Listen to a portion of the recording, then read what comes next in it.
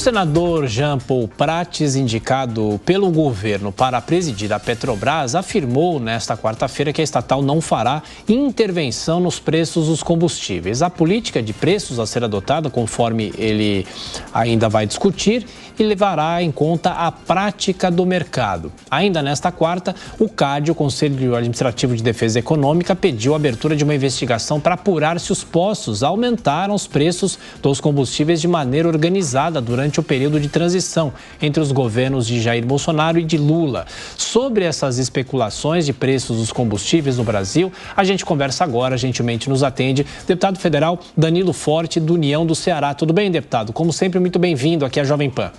Bom dia, Tiago. Bom dia, Adriana. Bom dia. Bom dia, Zé Maria. Bom dia, Diogo. É um prazer muito grande estar com vocês. Muito obrigado. Bom, a grande dúvida é saber, o governo, pelo menos na indicação que fez para o senador Jean Paul Prates, é de que não haverá qualquer tipo de intervenção nos preços, mas há uma possibilidade de uma espécie de controle. Ele próprio defende a criação de um fundo para se estabilizar os preços. O senhor tem algum palpite? O que pode acontecer com a política de preços da Petrobras a partir de agora? Primeiro, tem a preocupação não só de criar um ambiente de engessamento, né, de intervenção governamental, mas, por outro lado, também não criar um ambiente de especulação. O que a gente viu da semana passada para cá foi um desastre, né? A postura de não renovar a isenção, que foi uma vitória nossa, com relação aos tributos federais para 2023 nos combustíveis, desorganizou toda a cadeia de distribuição. E aí os especuladores de plantão voltaram, né, com força grande. Só para você ter uma ideia, só que no Ceará, a gasolina em menos de uma semana aumentou mais de 12%. Né? O que significa dizer trazer aí um reflexo, inclusive, inflacionário e de desequilíbrio, desarranjo total numa situação que estava pacificada. Porque, inclusive, nós já tínhamos colocado no orçamento de 2023 a isenção dos tributos federais, PIS, CONFINS e ACID, para gasolina, diesel, álcool, gás de cozinha, gás veicular, tudo já estava, inclusive, precificado dentro do orçamento da União e uma tranquilidade e que a população poderia ter a segurança que essa vitória seria consolidada. Veio agora essa mudança de postura, manteve-se até o final do ano o diesel, o gás de cozinha e o gás veicular, mas o álcool e a gasolina ficaram só por 60 dias. E fica esse clima, né, de preocupação. Por um lado, aqueles que querem ganhar dinheiro, né, fazendo aí alteração de preço, e por outro lado também a insegurança de como o Congresso Nacional vai votar essa medida provisória. Eu, particularmente, não acredito que o Congresso desfaça uma lei que foi votada pelo próprio Congresso há 6 meses atrás. Acredito eu que vai preservar, inclusive, essas isenções, já Sim. inclusive porque já está pacificado dentro do orçamento desse ano.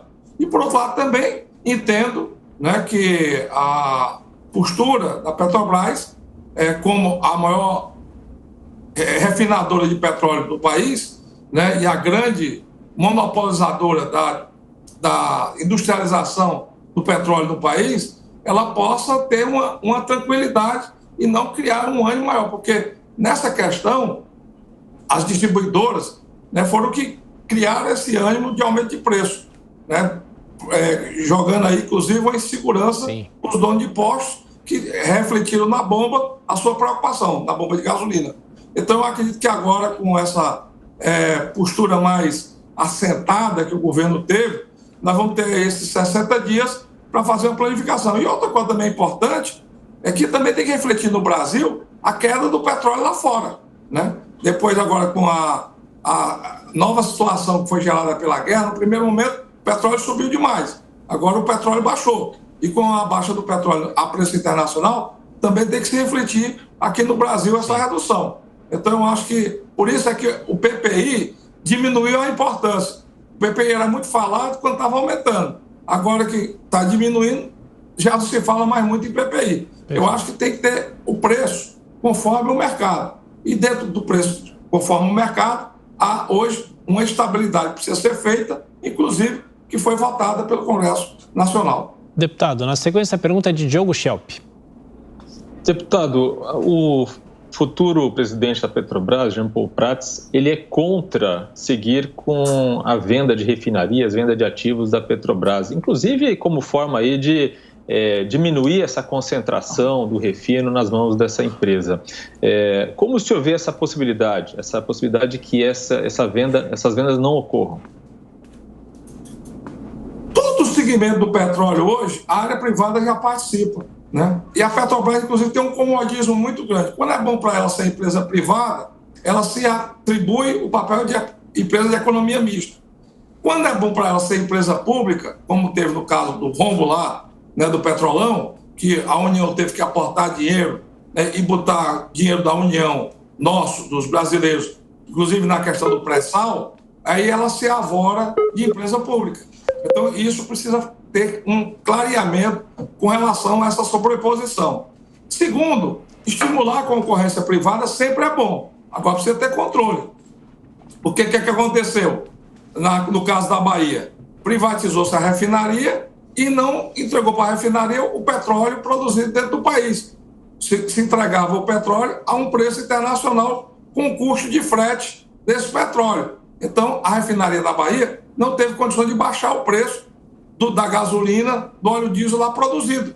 Tanto é que o óleo diesel do Nordeste é mais caro do que o óleo diesel do centro-sul do país. Por quê? Porque a Petrobras não entregou para a refinaria da Bahia o petróleo a um preço mais barato, tirando pelo menos o frete, que é um encarecimento internacional. Então, diante disso, eu acho que precisa ter uma harmonização. Nós vamos ter que privatizar, é natural que se privatize, mas, ao mesmo tempo, vai ter que ter regras muito claras para que essas empresas que venham a ser privatizadas possam também ter uma postura de concorrência, uma liberdade de concorrência, para poder ofertar a um preço menor os derivados do petróleo. José Maria Trindade. Muito bom dia, deputado. Eu queria agradecer a sua atenção aí durante esse mandato anterior, né, e renovando os votos aí para esse novo mandato a gente continue conversando. E obrigado também pelas felicitações natalinas. Deputado, o senhor articula muito bem ali no Congresso Nacional em vários partidos, conversa muito com vários setores. O senhor acha que a lei das estatais pode ser mudada? O senhor defende a lei das estatais e o veto a políticos nessas empresas? Obrigado, Zé Maria. Você é um amigo. Nem ao céu e nem ao mar, né? Eu acho que toda lei ela evolui. E acho que da forma como ficou, né, há de fato ali uma, né, exteriorização de uma repulsa aos técnicos oriundos, inclusive de carreiras públicas. Né? Por exemplo, o próprio João Paul Prats, que fez a vida toda no setor petrolífero, na regra atual, ele fica impedido de assumir a presidência da Petrobras, porque inclusive ele disputou uma eleição há 2 anos atrás, né, para prefeito de Natal. Então, isso é um impeditivo que está lá na lei. E ele é um técnico, né, tem graduação para ser presidente, diretor de qualquer estatal petrolífera ou de qualquer outra área no Brasil ou no mundo. Então, eu acho que realmente há alguns excessos. Como há também uma preocupação muito grande com relação às agências reguladoras, que há muito tempo ninguém ouve falar mais na ANP, né? Sumiu.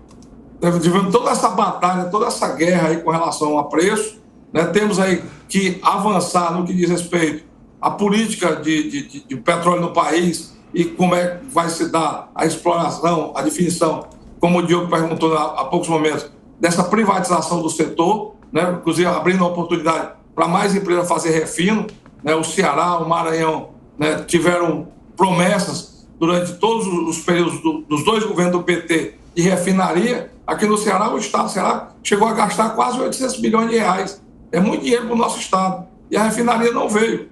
Então, se você abrir o mercado, você pode ter a oportunidade de gerar emprego, né? Inclusive dar sequência a uma cadeia produtiva, que é uma cadeia que ainda tem um espaço de vida médio grande, né? Porque a cadeia do petróleo não vai acabar agora.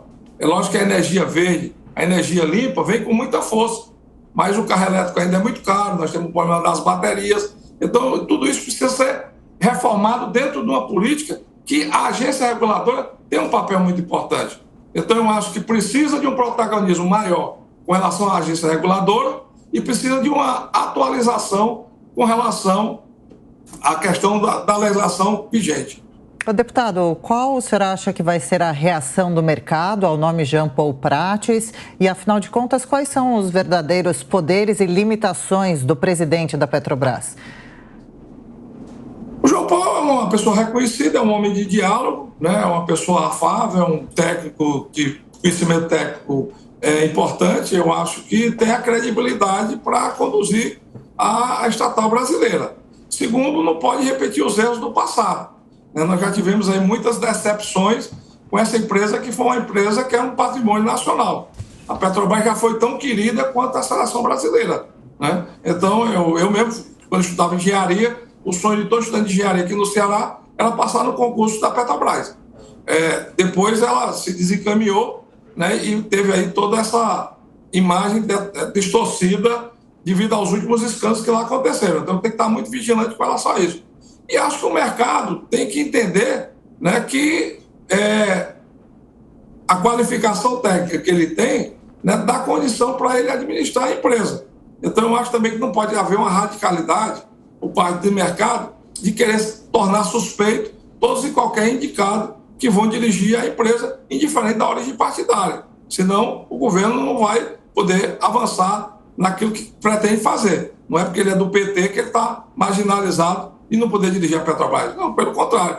Eu acho que ele é um técnico qualificado e a qualificação, o histórico dele, o habilita para poder ser dirigente da empresa. Deputado, só para a gente fechar, é muito comum a gente ouvir falar que a Petrobras é uma empresa voltada para os acionistas e não especificamente para o povo brasileiro, as pessoas que todos os dias são obrigadas a encher o tanque do carro, por exemplo, gás de cozinha e outros combustíveis que nós temos aqui no Brasil. E eu pergunto, isso realmente é fato? O que o governo poderia fazer para amenizar isso e se voltar mais aos anseios da população? Tiago, eu acho que é aquela história que eu falei.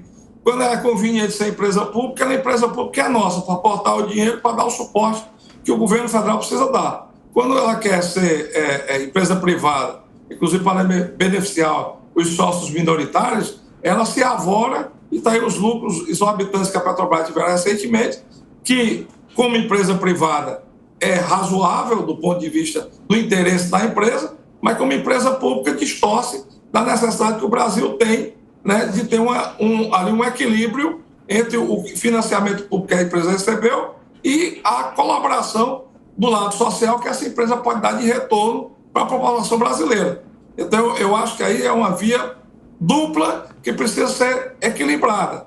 E, de fato, o que está acontecendo é que a empresa está voltada muito mais para os números internos. Então, eu acho que a privatização, a pluralidade, né, a democratização da atividade econômica no petróleo pode dar aí uma concorrência capaz de dar uma racionalidade melhor para isso. Agora, também não pode sair do monopólio para um oligopólio, né? Não pode sair de uma concorrência livre para um cartel em que vai atuar prejudicando o consumidor brasileiro. Então, por isso é que o papel da agência reguladora se sobrepõe. E a ANP precisa voltar a atuar, inclusive para regular o mercado. Deputado Danilo Forte, do União do Ceará. Muito obrigado, deputado, pela atenção, pela gentileza e até a próxima. Um bom ano. Obrigado, eu que agradeço. Feliz 2023 para todos. Igualmente.